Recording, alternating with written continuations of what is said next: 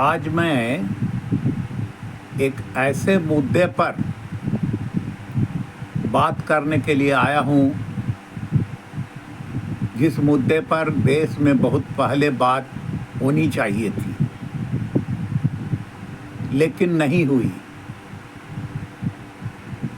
जो यूट्यूब बनते हैं या समाचार भी आते हैं, उसमें टीआरपी वाले मुद्दे ही उठाए जाते हैं। हम चूँकि प्रोफेसर रहे हैं, पढ़ाने लिखाने से मेरा संबंध रहा है और 1952 ईस्वी से लेकर 2026 तक के चुनाव को या तो बचपन में देखा है या जवानी में देखा है। आज मैं बुढ़ापे में उसे देख रहा हूँ।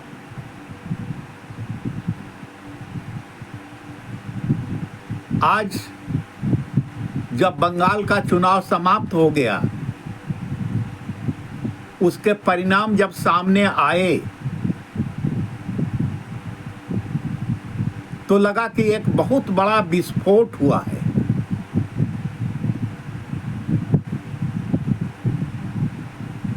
लेकिन बंगाल के इस घटना को हम विस्फोट क्यों कह रहे हैं? क्यों? क्योंकि बंगाल के बारे में यह कहा जाता है कि देश जिस चीज को 100 साल बाद सोचता है, उस चीज को 100 साल पहले बंगाल के लोग सोचते थे।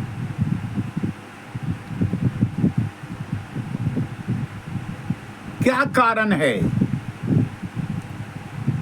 कि आज हमें देश के बारे में ही नहीं बल्कि बंगाल के बारे में पहले सोचना पड़ रहा है?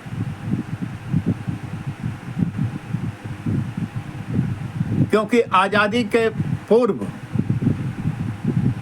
और आज़ादी के बाद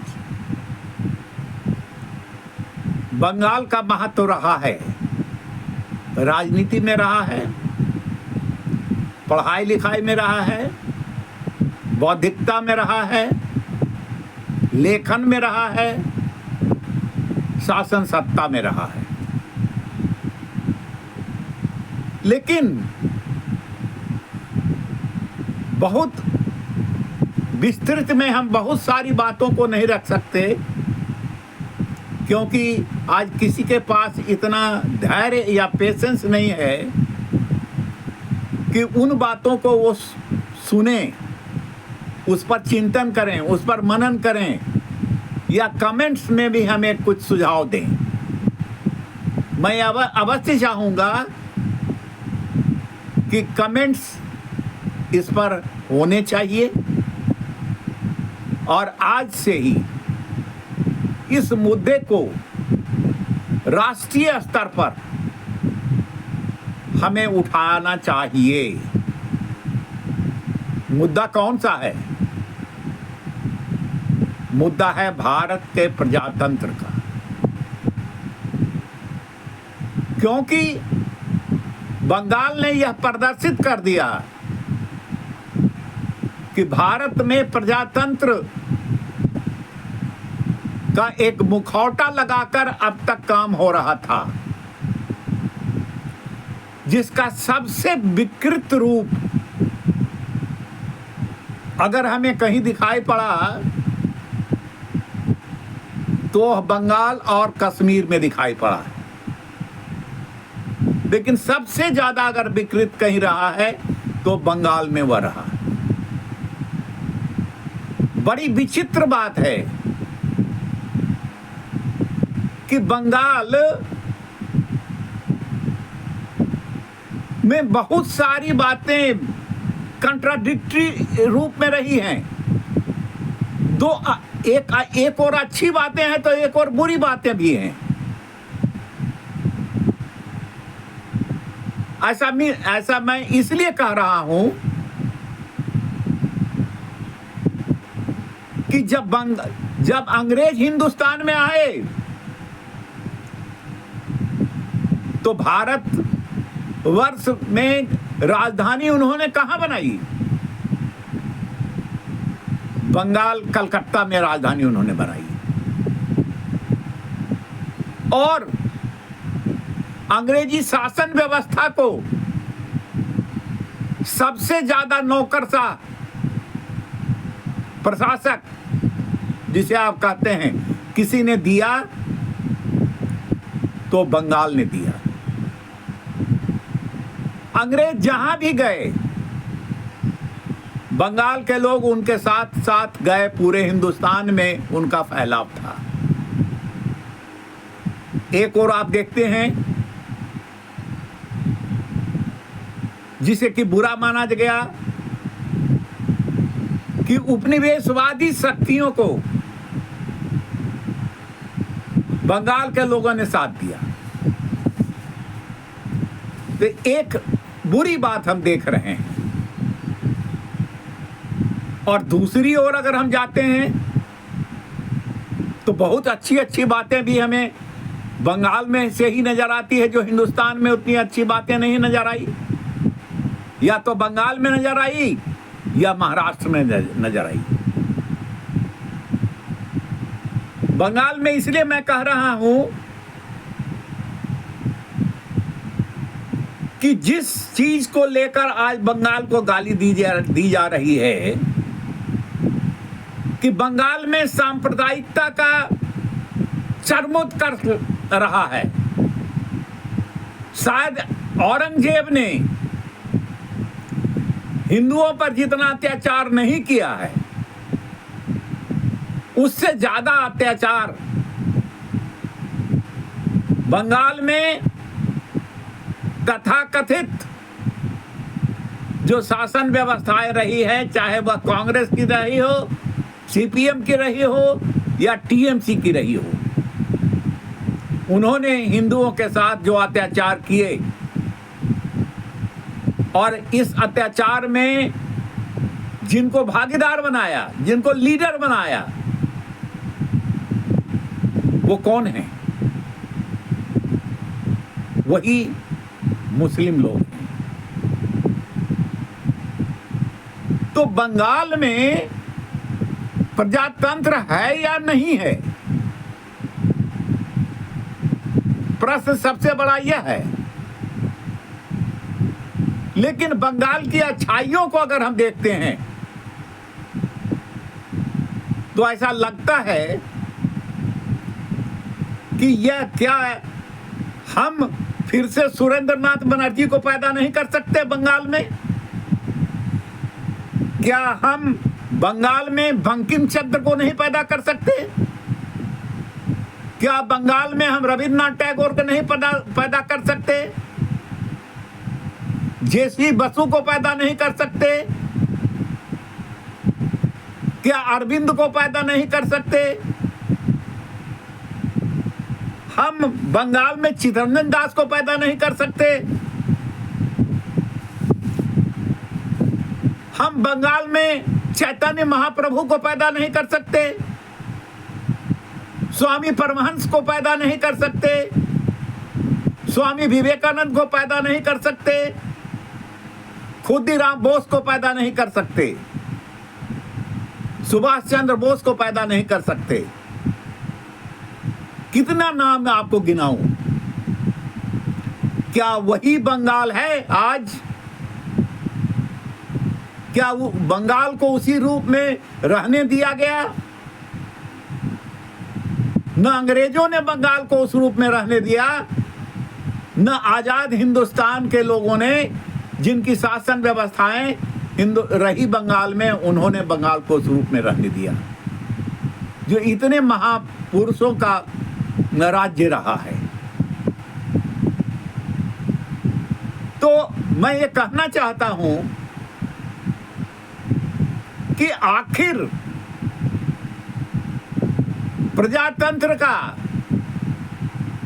सबसे विकृत रूप ये तो पूरे हिंदुस्तान में हर एक राज्य में, किसी भी राज्य में आप चले जाइए,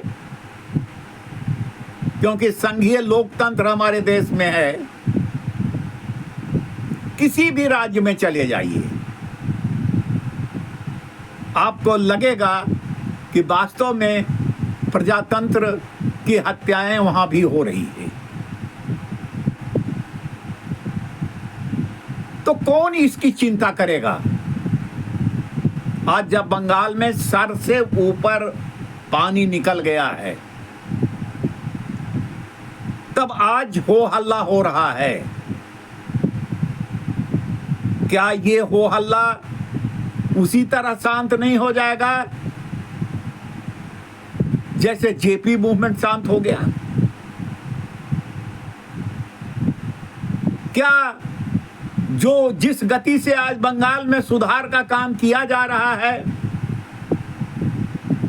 क्या वही गति से सुधार पूरे हिंदुस्तान में नहीं होना चाहिए? आखिर प्रजातंत्र को किसने बिगाड़ा और प्रजातंत्र को कौन स्थापित करेगा हिंदुस्तान में?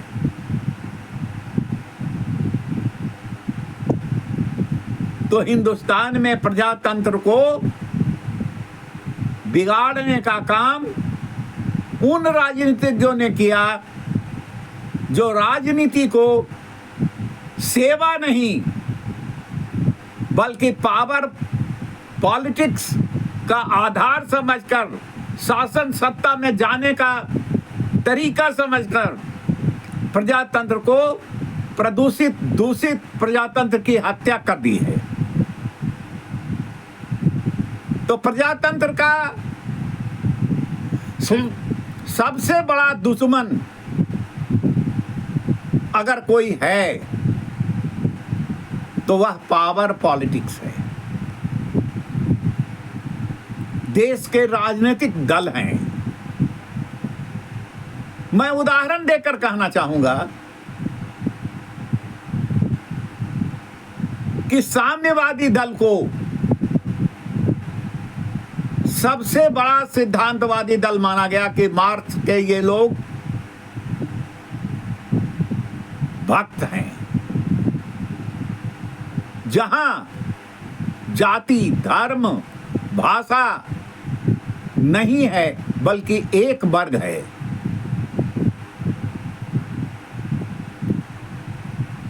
तो जिस सैद्धांतिक पार्टी ने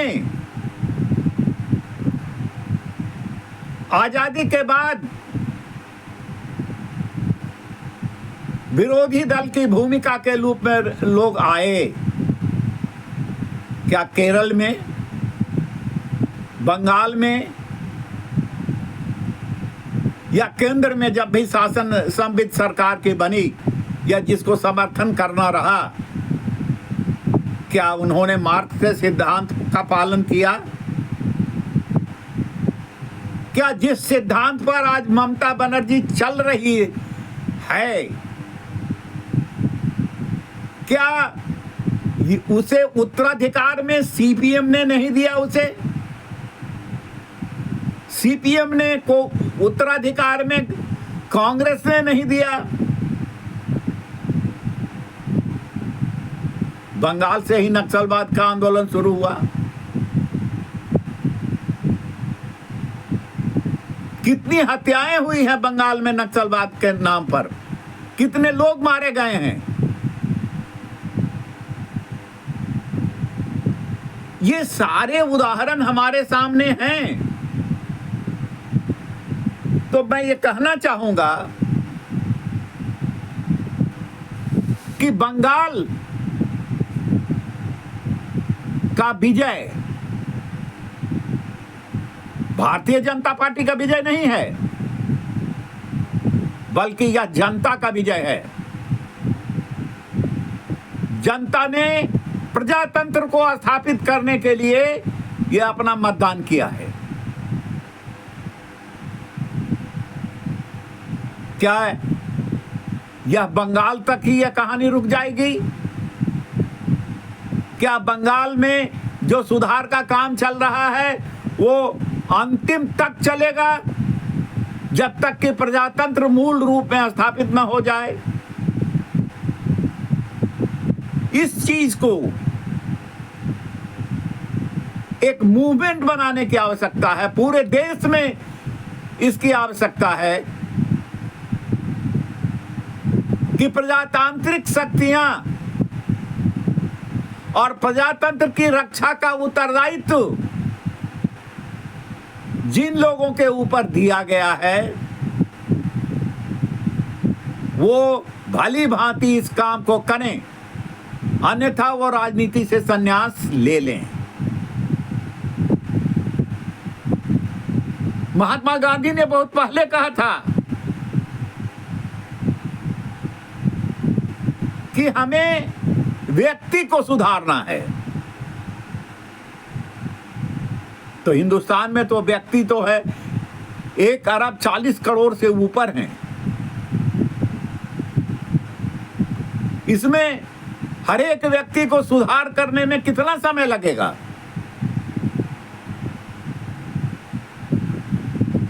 तो हमें कम से कम सुधरे हुए नेता को तो कम से कम हमें अवसर देना चाहिए या नेता को सुधारना चाहिए। नेता को कौन सुधारेगा? जनता सुधार सकती है। तो जनता को तो हम लोग जात पात में बांट कर रखे हुए हैं, उनके गरीबी को वोट से खरीदते हैं। हम उनको दबाव डालते हैं, उससे अगर कोई नहीं झुकता है तो उसकी हत्या कर दी जाती है, बलात्कार किए जाते हैं। घूस से कई पुश्तों तक की कमाई हमारे नेता कर रहे हैं। मैं एक उदाहरण देता हूं। बिहार में एक बहुत जनप्रिय नेता हैं लालू यादव जी। उनसे आज से 22 साल पहले मेरी बात हो रही थी, जब झारखंड राज्य नहीं बना था या झारखंड राज्य उस समय बन चुका था। उन्होंने कहा था कि आप किस जाति से बिलोंग करते हैं? तो मैंने कहा था कि हम अमुक जाति से बिलोंग करते हैं। तो बोले रउआ रुकी। हम बोले क्या बात है लालू जी? तो रउआ के कौन बात के झगड़ा बा? रउआ के समाज के हमरा से समाज के मेल करा दी रउआ। हम भी खाऊं रउआ भी खाई। हम कौन रउआ के खेत जोतते बानी?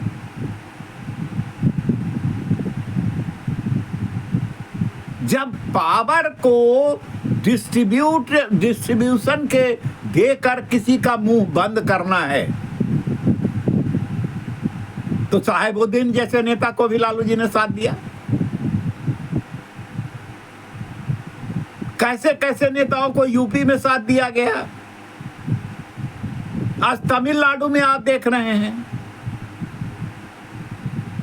तो ये कहां देश की राजनीति जा रही है, देश का प्रजातंत्र जा रहा है? इसे कौन सुधारेगा? बंगाल जिसने राजा राम मोहन राय को पैदा किया, वो समाज सुधारक थे। तो आज देश में न कोई समाज सुधारक है, न राजनीतिक सुधारक है, न आर्थिक सुधारक है।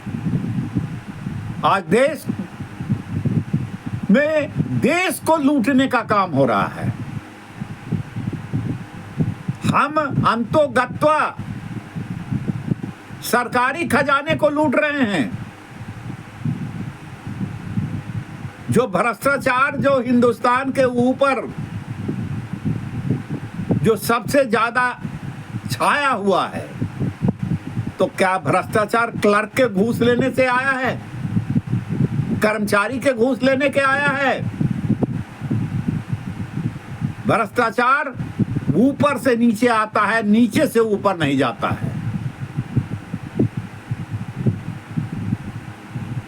इसलिए सुधार की आवश्यकता ऊपर के लोगों को ज्यादा है बशर्ते कि नीचे के लोगों से। तो आज मैं उन लोगों से कम अपील करना चाहता हूं जो रिटायर हो चुके हैं, जो पेंशन भोगी हैं। उनको क्या लेना देना है किसी से? जीवन यापन के लिए उनके पास साधन हैं। कम से कम वो आवाज बने इन कुरीतियों के खिलाफ, इन सत्ता का जो दुरुपयोग कर रहे हैं दुष्टों के खिलाफ। कम से कम वो आवाज उठाएं। यही कारण है कि आज 81 वर्ष के उम्र में भी मैं पहले राजनीति में काफी सक्रिय था। भारतीय जनता पार्टी को शासन सत्ता में लाने में मेरी अहम भूमिका रही है बिहार और झारखंड में। लेकिन मुझे अफसोस का हो रहा है कि आज 81 वर्ष की उम्र में भी हमको लग रहा है कि हम ठगे गए हैं। देश में परिवर्तन हुआ नहीं। देश में परिवर्तन लाना जरूरी है और आज भी आवाज उठाने की आवश्यकता है। इसलिए सत्यम जयते फ्रंट बनाकर हम आज YouTube के माध्यम से, फेसबुक के माध्यम से देश की जनता, झारखंड की जनता, बिहार की जनता से हम अपील करना चाहते हैं कि बंगाल में जो कुछ हुआ, परिवर्तन हुआ, वो परिवर्तन की लहर रुकनी नहीं चाहिए। और वो परिवर्तन की लहर जब तक पूरे हिंदुस्तान में नहीं छा जाता है, हम देश के लिए ईमानदार लोगों को जब तक शासन सत्ता नहीं सौंप देते हैं, तब तक हमारा जीना व्यर्थ है, हमारी पैदाइश व्यर्थ है। इसलिए हम कम से कम, हम बूढ़े लोगों से भी हम ये अपील करना चाहते हैं कि आप कम से कम आवाज बनिए। डरने की जरूरत नहीं है, बल्कि आवाज उठाने की जरूरत है। हम अभी भी बहुत कुछ कर सकते हैं। तो मैं इतना ही कहकर अपनी वाणी को विराम देना चाहता हूं कि बंगाल पहले भी पथ प्रदर्शक था और बंगाल आज भी पथ प्रदर्शक बन सकता है। लेकिन मुझे एक बात और बतानी है बंगाल के बारे में कि मुस्लिम लीग की स्थापना हुई कहां थी? एक और सुरेंद्र नाथ बनर्जी थे, तो एक और बंगाल में ही मुस्लिम लीग की भी स्थापना हो गई। सुभाष चंद्र बोस थे तो भी मुस्लिम लीग की स्थापना हो गई।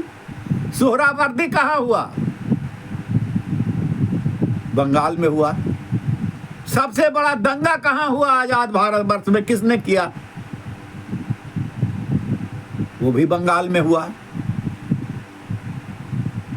तो ये सारी घटनाएं बंगाल में क्यों हो रही हैं? आज ममता बनर्जी का जो चेहरा बेनकाब हुआ है, वो लगता है कि बांग्लादेश के साथ वो साठगांठ में थी और डीप स्टेट की एजेंट के रूप में वो काम कर रही थी। और भी बहुत सारे डीप स्टेट के लोग हैं हिंदुस्तान में। तो हमें हिंदुस्तान में डीप स्टेट के लोगों से भी लड़ना पड़ेगा, उनकी भी विदाई करनी पड़ेगी। मैं इन्हीं शब्दों के साथ अपनी वाणी को विराम देता हूं और आप YouTube पर चाहे अच्छा या बुरा जो भी कमेंट लिखना है लिखिए, जिससे कि मैं 81 वर्ष की उम्र में भी आपसे कुछ सीख सकूं और आपकी आवाज़ बन सकूं। अगर अच्छा होगा तो मैं आपकी आवाज़ बनने के लिए तैयार हूं। जय हिंद, जय भारत।